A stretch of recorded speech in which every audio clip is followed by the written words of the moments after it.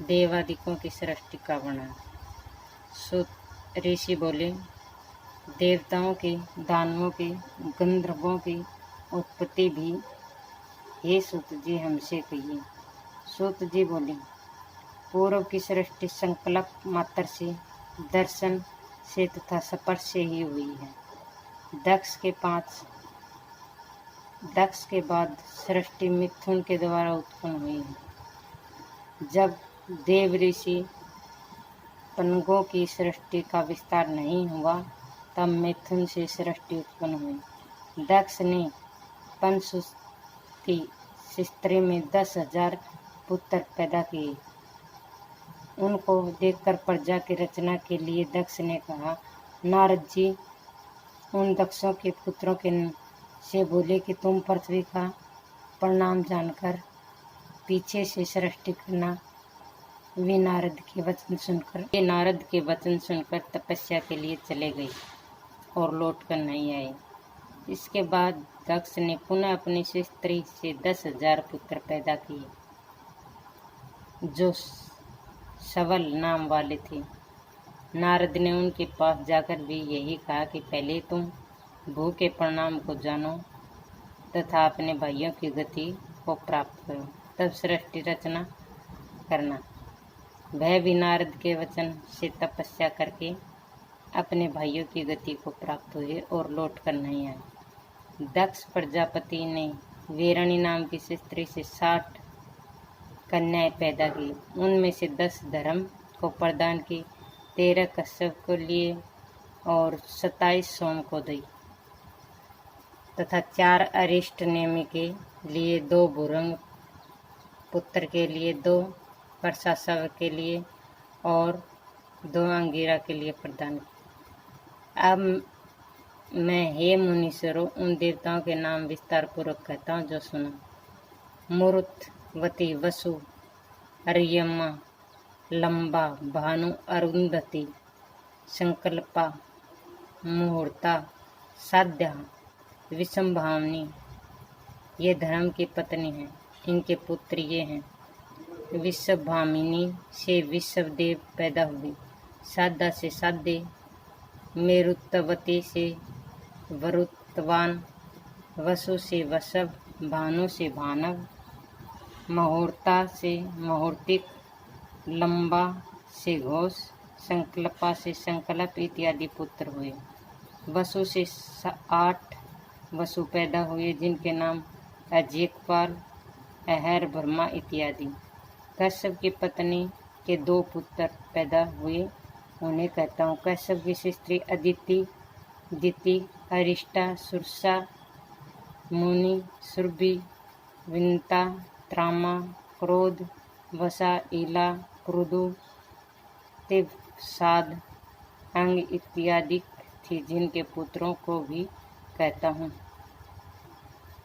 चाक्षु मनमंत्र में तवसित नाम के देवता हैं।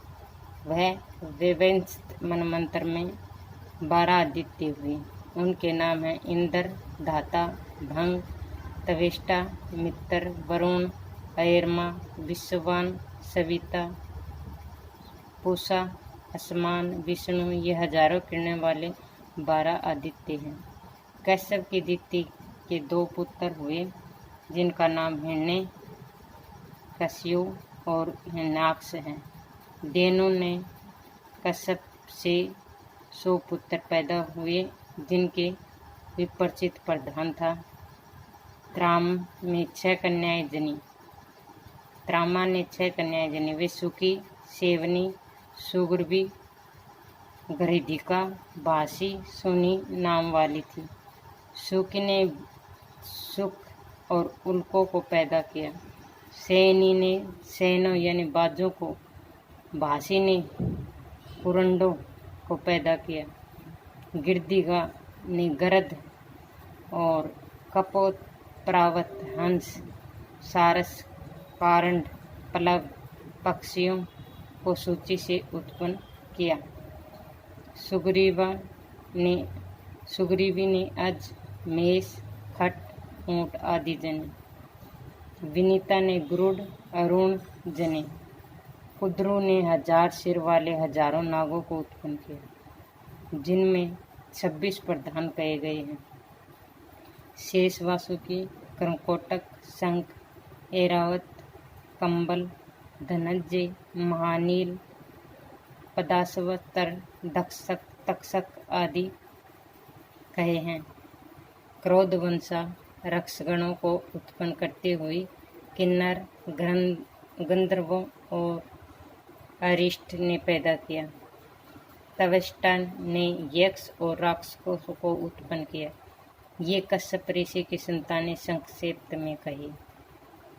इनका पुत्र और पौत्रों का वंश तो बहुत सा है। केशव ने गोत्र की कामना से फिर तप किया और गोत्र को चलाने वाला पुत्र मुझे प्राप्त हो।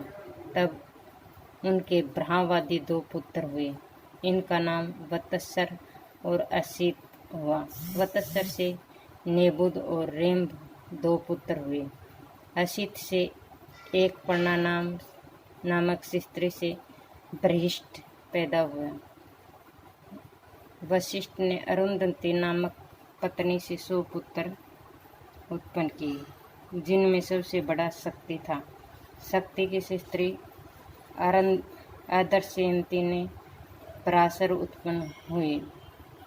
शक्ति को रुद्र नाम के एक राक्षस ने भक्षण कर लिया।